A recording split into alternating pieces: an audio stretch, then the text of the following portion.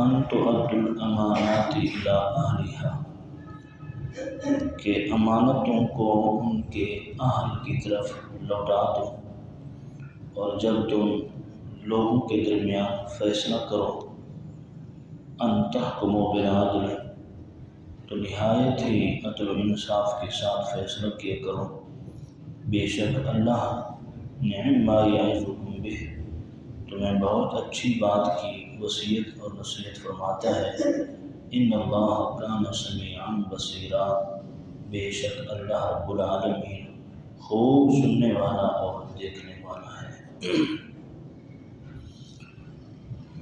ایک ہی آیت کی تلاوت کی اور اس کا ترجمہ عرض کرنے کے بعد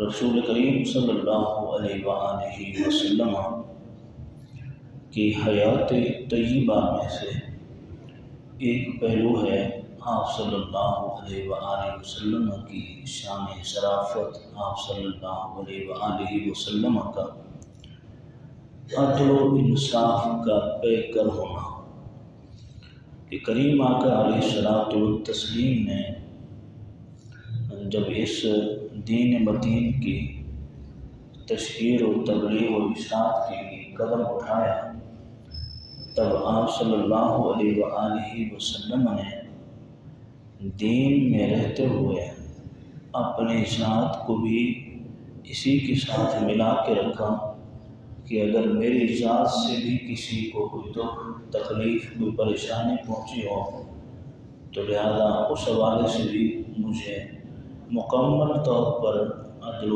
انصاف کرنا ہوگا۔ اور یہ مثال رسول کریم صلی اللہ علیہ وآلہ وسلم کی زندگی سے ملتی ہے کہ آپ صلی اللہ علیہ وآلہ وسلم نے بار بار ارشاد فرمایا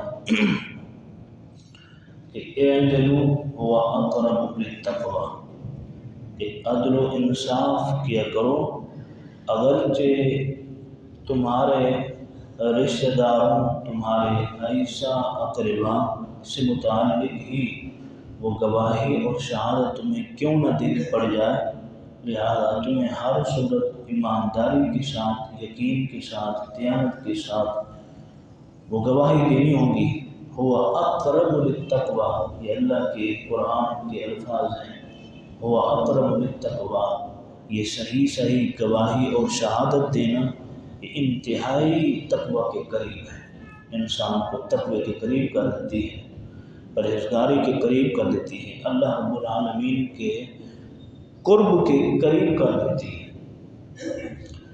یہی وجہ ہے کہ آپ صلی اللہ علیہ وآلہ وسلم کی خدمت میں ایک مقدمہ آیا، مشہور بات ہے، تب آپ صلی اللہ علیہ وآلہ وسلم نے اس مقدمے کا جب فیصلہ فرمایا، اللہ یہی فرما رہا ہے ان تحکموا بالعدل، کہ جب تم لوگوں کے درمیان فیصلہ سازی کے لیے تمہیں منتخب کیا جائے اور تم فیصلہ کرنے لگو، اس وقت پھر تم نے یہ نہیں دیکھنا کہ سامنے کون ہے، امیر ہے، غریب ہے، فقیر ہے، کون ہے کون نہیں ہے، تم نے قرآن و سنت پر کی روشنی میں عدل و انصاف کو ملوث خاطر رکھنا ہے۔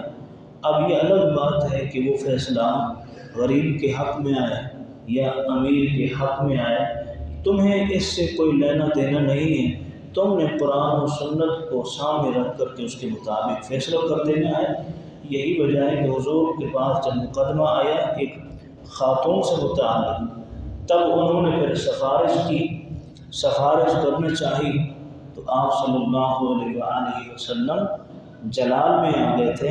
ریاض الصالحین کے اندر بھی یہ حدیث پاک موجود ہے، حضور صلی اللہ علیہ وسلم جلال میں آئے، حضور نے فرمایا خبردار اگر آج یہاں فاطمہ بنت محمد یعنی میری لخت جگر فاطمہ الزہرا اگر اس چوری والے عمل میں مبتلا ہوتی اور اس پر گواہیاں بھی آ جاتی، تب بھی میں اپنی لخت جگر کے اپنے ہاتھوں سے اس کے ہاتھ کاٹتا۔ یہ حضور صلی اللہ علیہ وسلم نے فرمایا عدل و انصاف کا تعلق، میں داعی اسلام ہوں، ہادی اسلام ہوں، شارع اسلام ہوں، میں عدل و انصاف کے تقاضوں کو اپنے گھر سے لے کر ہر امتی تک قرآن و سنت کی روشنی میں کرنا چاہتا ہوں اور پھیلانا چاہتا ہوں. اور یہی وجہ ہے کہ آپ صلی اللہ علیہ وآلہ وسلم نے یہ کر کے دکھایا ہے اپنی عملی زندگی میں بھی. حضرت عمر فاروق رضی اللہ تعالیٰ عنہ آپ کے دور خلافت میں حضرت عمر بن العاص رضی اللہ تعالیٰ جید صحابہ میں سے ہیں.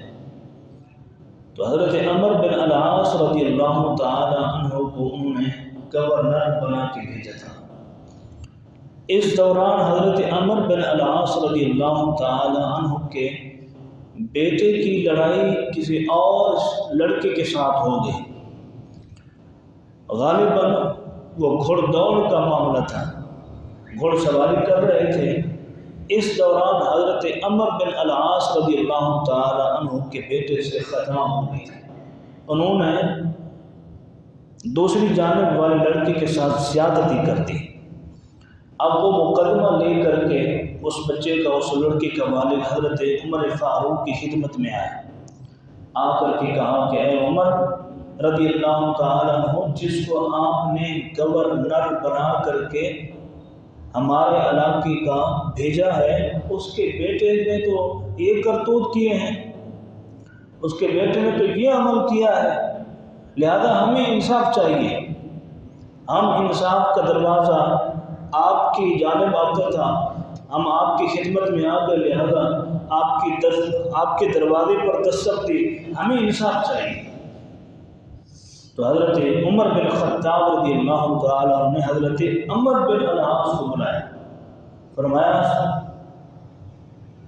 پتہ چلا ہے کہ تمہارے بیٹے نے فلاں لڑکے کے ساتھ زیادتی کی ہے، لہذا وہ بدلہ لینے کے لیے آئے ہوئے ہیں اور انصاف طلب کرنے کے لیے آئے ہیں، لہذا میں تو تمہارے بیٹے کو وہی سزا دوں گا جس طریقے کی سزا تمہارے بیٹے نے فلاں لڑکے کو دی ہے. اتنی زیادتی قرآن بھی کہتے فَمَنِ اعْتَدَىٰ عَلَيْكُمْ فَاعْتَدُوا عَلَيْهِ بِمِثْلِ مَا اعْتَدَىٰ عَلَيْكُمْ. جتنی زیادتی سامنے والے نے کی ہے اتنی زیادتی کا حق تمہیں بھی قرآن و سنت کی روشنی میں حاصل ہے. لہذا جتنی زیادتی تمہارے بیٹے نے کی ہے اتنی زیادتی کا حق شریعت نے دی دی ہے. تو حضرت عمر بن العاص رضی اللہ تعالیٰ عنہ یہ صحابی ہے، ان کے منہ سے یہ بات نکل گئی، میں علاقے کا گورنر ہوں، کیا میرے بیٹے کے ساتھ بھی ایسا رویہ اختیار کیا جائے گا؟ کیا میرے بیٹے کے ساتھ بھی ایسا کیا جائے گا؟ میں تو اپنی گورنری کا عہدہ بھی چھوڑ دوں گا. حضرت عمر نے فرمایا ایک عہدہ نہیں، 1000 عہدے بھی تو اگر چھوڑ دے، لیکن میں عدل و انصاف کے دامن کو کبھی چھوڑ نہیں سکتا. کیونکہ تربیت تھی حضرت عمر کی حضور اکرم صلی اللہ علیہ وسلم، حضور سے انہوں نے تربیت پائی تھی عدل و انصاف. اور یہی وجہ ہے کہ حضرت عمر کی شہادت اقدس کہ تمام پہلو میں سے سب سے اہم پہلو جو ہے وہ آپ کا عدل و انصاف قائم کرنا. تو حضرت عمر نے فرمایا اگر تمہارے بیٹے کو وہ معاف کر دیں، اگر وہ معافی تمہاری مان لیں، تم ان سے معافی طلب کرو، وہ تمہیں معاف کر دیں، لہذا بات ختم. یہاں پر اگر وہ معاف نہ کریں تو میں تمہارے بیٹے کو ضرور سزا دوں گا. یہ حضرت عمر فاروق نے ایک سرکاری عہدے پر فائز گورنر حضرت عمر بن العاص رضی اللہ تعالی عنہ کے بیٹے کے ساتھ یہ معاملہ کیا ہے. یہ کل پرسوں کی جو اخبار چھپی ہے اس میں آپ پڑھیں گے، لکھا ہوا ہے کہ صوبہ پنجاب کے رہنے والی جو خواتین ہیں ان میں سے 1,00,000 خواتین نے 2021 میں خلا کا نوٹس دیا ہے. خلا کا 1,00,000 خواتین نے خلا کا نوٹس دیا اور وہ عدالتوں کے اندر وہ نوٹس دائر ہو چکے ہیں. پہلی بات تو یہ میں آپ کو سمجھانا چاہتا ہوں کہ یہ جو عدالتی خلا آج کل چل رہا ہے اس کو ہمارے علماء نہیں مانتے ہیں، کیونکہ قرآن و سنت کی روشنی میں قرآن و سنت کہ جو قوانین اور ضوابط ہیں ان ضوابط پر یہ خلا کے معاملات نہیں اترتے. پہلی بات تو یہ. دوسری بات یہ ہے کہ عدالت اور قانون یہ دو چیزیں تیار بنائی اسی لیے ہی جاتی تاکہ مظلوم کو اس کو فوری طور پر حق دیے جا سکے. قوانین بنائی اس لیے جاتے ہیں تاکہ قوانین کے مطابق انسان زندگی گزارے. اگر قانون سے ہٹتا ہے تو پھر عدالت دائرہ کار کے مطابق اپنی تمام تر شرائط کو مد نظر رکھتے ہوئے اس پر اپنا فیصلہ نافذ کرتی ہے. اب وہ عدالتیں اپنی جگہ پر. حضور اکرم صلی اللہ علیہ وآلہ وسلم نے یہ صحابہ کرام علیہ رضوان نے عدالتوں کے منصب پر بیٹھ کر جن تقاضوں کو پورا کیا ہے اس سے ہمیں یہ معلوم ہوتا ہے کہ ایک قاضی ایک جج کے لیے سب سے بڑی شرائط میں سے ایک شرط یہ ہے کہ اس کو کمزور دل نہ ہو. کمزور دل کا مطلب کیا ہے؟ کیا بلڈ پریشر کا مریض ہو یا اس کا وہ ہارٹ اٹیک کا مریض ہو؟ نہیں. کمزور دل کا مریض یہ اس سے یہ مراد نہیں ہے. کمزور دل سے مراد یہ ہے کہ پیسوں کی گٹھی کے سامنے اس کا دل پھسل نہ جائے. فیصلے کو دوسری جانب منتقل کرنے کی صورت میں پیسوں کو دیکھ کر کے اس کا دل ادھر نہ پھر جائے. کمزور دل ایسا انسان نہیں ہونا چاہیے. وہ جج کے منصب پر قاضی کے منصب پر کبھی بھی فائز ہونے کے لائق ہی نہیں ہے جو کمزور دل کا مالک. غصے پر کنٹرول کرنے والا. کیونکہ فیصلہ کرتے وقت آپ کو بہت ساری چیزوں کو مد نظر رکھنا ہوتا ہے. اس وقت آپ کو غصے پر بھی کنٹرول کرنا ہے. رشوت لینے والا بھی نہ ہو. یہ قاضی کی شرائط میں سے علماء نے شرائط لکھی, فقہاء نے شرائط لکھی. غصے پر کنٹرول کرنے والا ہو, لفاف وصول کرنے والا نہ ہو. بہت ساری اور شرائط بھی لکھی ہیں, لیکن اگر ان شرائط پر بھی اگر دیکھا جائے تو الا ماشاءاللہ. یہی وجہ ہے کہ ہمارے عدالتوں میں کتنے ہزاروں لاکھوں کیسز ایسے پڑے رہتے ہیں, رلتے رہتے ہیں. 12 سال, 20 سال, 30 25 سال تک وہ کیس چلتا رہتا ہے جبکہ اس کا کوئی لب لباب کوئی نتیجہ سامنے نہیں آتا. اللہ نے فرمایا ان تحکموا بالعدل بین الناس, ان تحکموا بالعدل. لوگوں کے درمیان جب فیصلہ کرنے کے لیے تمہیں منتخب کیا جائے تو عدل و انصاف کے ساتھ فیصلہ کرو. ان اللہ نعم ما یعظکم بہ ان اللہ کان سمیعا بصیرا. اللہ نے فرمایا میں تمہیں یہ بہت اچھی بات کی وصیت فرما رہا ہوں. علاقے کا ایک منفرد شخص ہے جس کو اللہ نے عزت دی ہے, شہرت دی ہے, لوگ اس کی گفتگو پر, اس کی باتوں پر اطمینان رکھتے ہیں, اعتماد رکھتے ہیں, پھر اسے اپنے فیصلے میں بھی شامل کرتے ہیں. تو اس پر بھی علاقے کی سطح پر ایک بہت بڑی ذمہ داری ہوتی ہے کہ جانے بین میں ان چیزوں کو سامنے رکھے کہ نہ ادھر سے کسی کا حق جائے اور نہ ادھر سے کسی کا حق جائے. کریم آقا علیہ الصلوۃ والسلام کی سیرت میں سے مجھے 3 باتیں ملی. ایک مرتبہ حضور نبی رحمت صلی اللہ علیہ وآلہ وسلم غزوہ حنین کے دوران صحابہ کرام علیہ رضوان کی تعداد کافی تھی. تو غزوہ حنین کے دوران حضرت عبداللہ بن ابی بکر رضی اللہ تعالی, یہ صحابی رسول ہیں, یہ کہتے ہیں کہ مجاہدین کی بھیڑ تھی اور ظاہر سی بات ہے آپ جانتے ہیں کہ فوجی حضرات ہوتے ہیں ان کے پاس جو جوتے ہوتے ہیں وہ ایک خاص قسم کے بنا ہوتے ہیں, موٹے بھی ہوتے ہیں, سخت بھی ہوتے ہیں. تو حضرت عبداللہ بن ابی بکر رضی اللہ تعالیٰ فرماتے ہیں جب میں اس بھیڑ میں موجود تھا تو مجھے پتہ نہیں چلا کہ میرے برابر میں یا میرے قریب حضور موجود ہیں. تو میں نے ایک سخت قسم کا جوتا پہنا ہوا تھا. تو میں اس جوتے سے حضور کے پاؤں پر چل گیا, میں نے حضور کے پاؤں کو دبا دیا کیونکہ ہر طرف سے بھیڑ تھی. تو میں نے جب حضور کے پاؤں مبارک کو دبایا نا تو آپ صلی اللہ علیہ وآلہ وسلم کے ہاتھ مبارک میں غالباً کوئی چھڑی تھی یا کوئی اور چیز تھی. تو آپ صلی اللہ علیہ وسلم نے مجھے پھر یوں چبو دیا, میں پیچھے ہٹ گیا. کہتے ہیں غزوہ حنین چلتا رہا. اس کے اختتام کے بعد یا پھر اس واقعے کی صبح کو حضور صلی اللہ علیہ وسلم نے ایک بندہ میری طرف بھیجا، فرمایا جاؤ اس کو بلا کے لے۔ تو وہ صحابی رسول رضی اللہ تعالیٰ عنہ فرماتے ہیں کہ جب مجھے حضور کی طرف سے ایک قاصد بلانے کے لیے آیا تو میں گھبرا گیا، میں پریشان ہوا کہ کل میں نے جو حضور کے پاؤں کو دبایا تھا اپنے جوتے سے، ہو سکتا ہے کہ آج آپ صلی اللہ علیہ وسلم مجھے سزا دیں گے۔ لگ تو ایسے رہا تھا کہ آپ صلی اللہ علیہ وسلم مجھ سے ناراض ہو گئے۔ تو وہ صحابی رسول فرماتے ہیں میں سر نیچے کیے کیے حضور کی خدمت میں پہنچا تو آپ صلی اللہ علیہ وآلہ وسلم نے مجھے فرمایا خیر تو ہے تم نے سر نیچے کیا ہوا ہے؟ تو وہ کہتے ہیں کہ یا رسول اللہ صلی اللہ علیہ وسلم میں شرمندہ ہوں، کل جو غزوہ حنین میں واقع ہوا میں نے سخت جوتوں کے ساتھ آپ کے پاؤں مبارک کو دبا دیا تھا، میں بڑا افسوس کر رہا تھا، بڑا افسوس کھا رہا تھا، تو اس شرمندگی کے باعث میں نے سر جھکایا ہوا ہے۔ حضور صلی اللہ علیہ وسلم نے فرمایا نہیں شرمندہ ہونے کی کوئی بات نہیں، تمہارا بھی اس میں کوئی قصور نہیں تھا، تم نے بھی انجانے میں اپنا پاؤں میرے پاؤں پر رکھ دیا تھا، اور اس صورت میں نے تمہیں لکڑی کے ساتھ جو چمویا تھا نا، میں آج اس کا بدلہ تمہیں دینا چاہتا ہوں۔ یہ 80 اونٹنیاں کھڑی ہیں، ان میں سے ساری لے جانا چاہتے ہو لے جاؤ، ان میں سے آدھی لے جانا چاہتے ہو لے جاؤ، لیکن وہ میرا تمہیں چھڑی کے ساتھ چمونا وہ میرا قصور تو مجھے معاف فرما دو۔ امام الانبیاء جیسی ہستی تاجدار مدینہ حضرت محمد مصطفیٰ صلی اللہ علیہ وسلم ایک معمولی سی چھڑی کو چبھونے کی وجہ سے فرما رہے ہیں یہ 80 اونٹنیاں ہیں، ان میں سے ساری بھی اس چھوٹی سی لفظ کے بدلے لے جانا چاہتے ہو لے جاؤ اور مجھے معاف بھی کر دو۔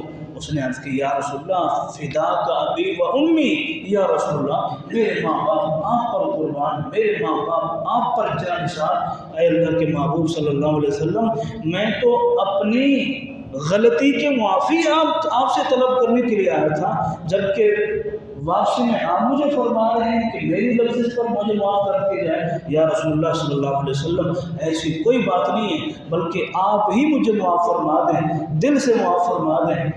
آخر میں سبب یہ ہے کہ تم مجھے معاف کر دو میں تمہیں معاف کر دیتا ہوں، تم مجھے معاف کر دو میں تمہیں معاف کر دیتا ہوں۔ یہ تربیت مصطفیٰ ہے، یہ عدل مصطفیٰ صلی اللہ علیہ وسلم۔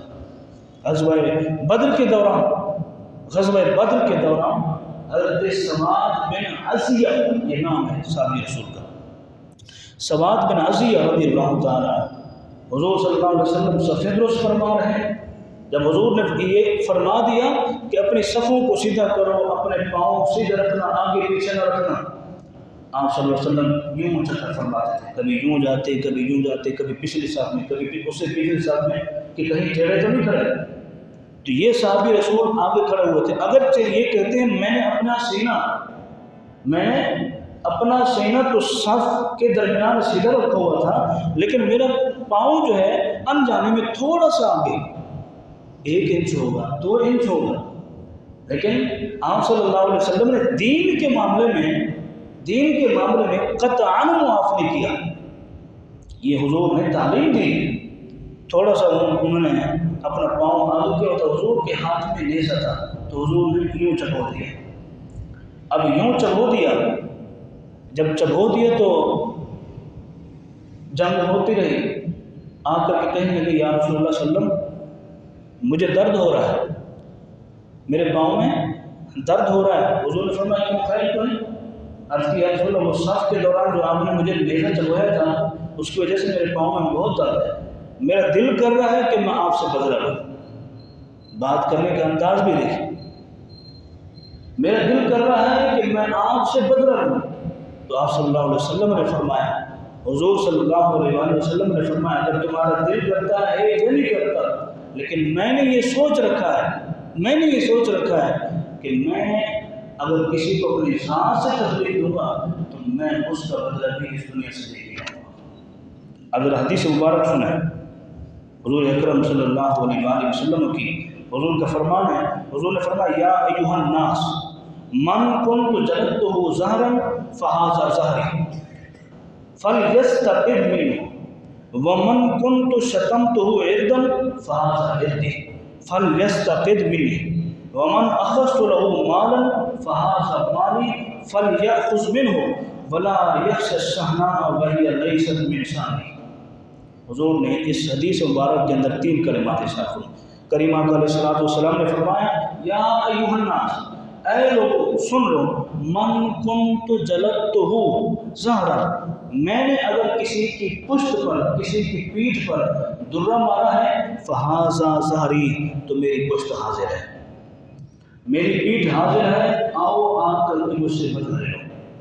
ومن کنت شتمتہ اردا، اور یاد رکھو اگر میں نے کسی کو گال دی ہو، کسی کو برا بھلا کہا ہو، آئے میری عزت، میری آبرو، میری ذات حاضر ہے، جتنا مجھے برا بھلا کہنا چاہتا ہے کہہ لے، کیونکہ یہاں سے دنیا سے جانے کے بعد پھر میں حساب نہیں دے سکتا، لہذا مجھ سے دنیا میں ہی حساب لے۔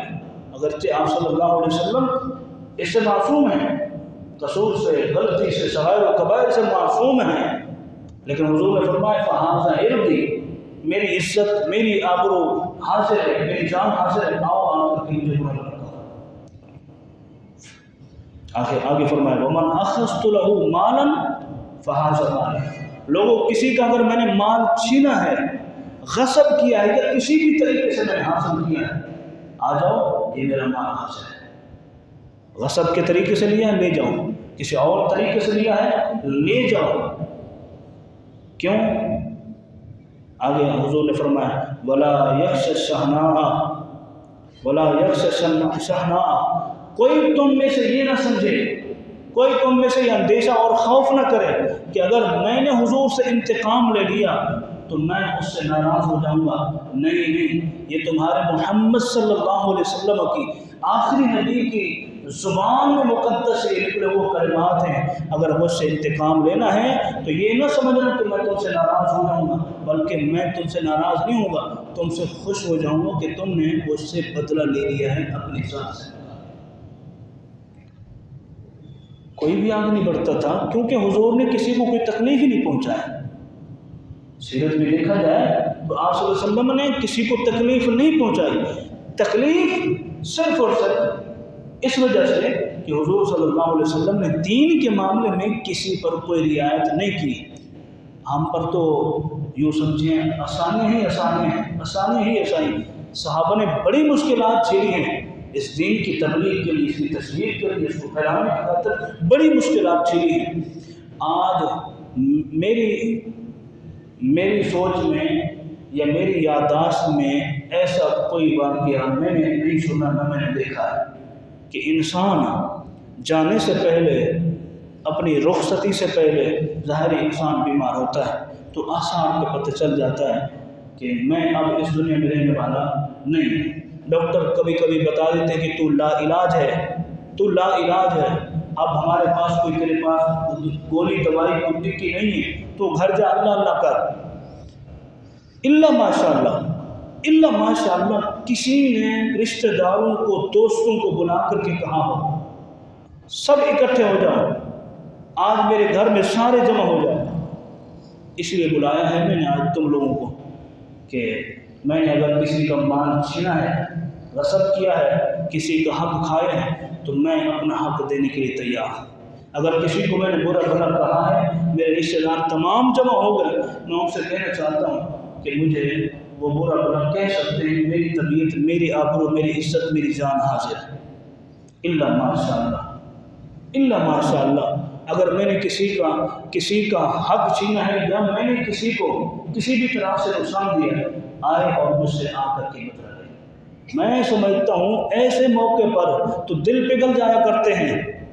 اگر انسان آخری لمحات میں موت سے جانے سے قبل اس طرح کا اہتمام کر لے، کون آگے بڑھے گا اپنا حق مانگنے کے لیے؟ کوئی نہیں بڑھے گا، الا ماشاء اللہ۔